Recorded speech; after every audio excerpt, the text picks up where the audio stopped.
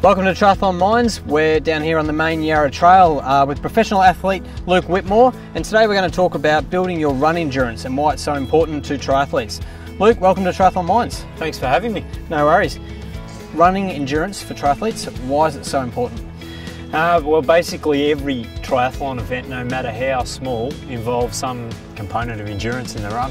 I guess once you're running over 200 metres, then there is endurance involved. Yeah, great. And so how should we look to build that into our training programs? I think the big mistake people make with running endurance is they're not patient enough. I think running endurance over all distances takes time, patience and a consistent approach. And you talk about time to adapt. How long does the body generally take to adapt to running over a period of time or distance? If we're talking Ironman distance stuff, we're really looking at years. I think to really reach your true endurance potential, it takes in excess of 5+ years of consistent training and application. And some people get caught up when we're talking about running endurance as that just meaning long runs. Obviously that's not the case, and it's all about running frequently, consistently, that'll build up that endurance. Is that correct? Yeah, that's right. I think the big mistake people make is launching into too much volume and too much intensity too soon. A patient approach and being able to consistently run every other day is over a period of years and not just weeks or months is the only way to truly build your running endurance. Yeah, great. So for the beginner or intermediate athlete who's potentially been in the sport maybe a couple of years, how often should they be running to build their endurance?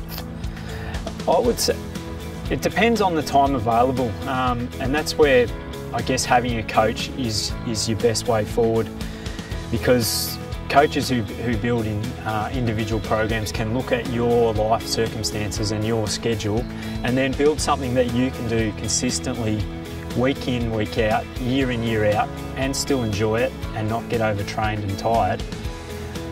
That's the way to improve. You talk about enjoying your running still each day and each week as you progress. What are some of the examples you can give from your experience, best ways to do that or approach that for the individuals out there? I guess keeping it, firstly not overdoing it. I think the minute you overdo anything, you get fatigued, and that's when it starts to become a chore. So first of all is keeping how much running you're doing in check and not overdoing it to begin with, and slowly building up your volume. Also varying the types of sessions that you're doing, not doing the same run, the same loop, the same terrain, in the same place every time you run. Also running partners, having plenty of mates that are better than you, that challenge you, and also mates that you can run with that perhaps you challenge them. So is it better to do your running endurance work or focusing on your run endurance early in your build-up, or is that better to sort of push it in further into your build phase? Again, it depends on the person, and if we look at what type of running you're doing, that there's definitely a pattern as you get towards your goal race. If we're talking long course triathlon, I would, at a point now where I am for Cairns 14 weeks out, I'm doing lots of aerobic threshold, I would call it, or Phil Maffetone method is 180 minus your age, and that's roughly an indication of your aerobic threshold. So just lots of running under that, at no higher or below that pace. And I also like to build in lots of hills at this time of the year, or this time of the build as well. As you get closer, a lot of the athletes I'm coaching at the moment are gearing up for Ironman Melbourne.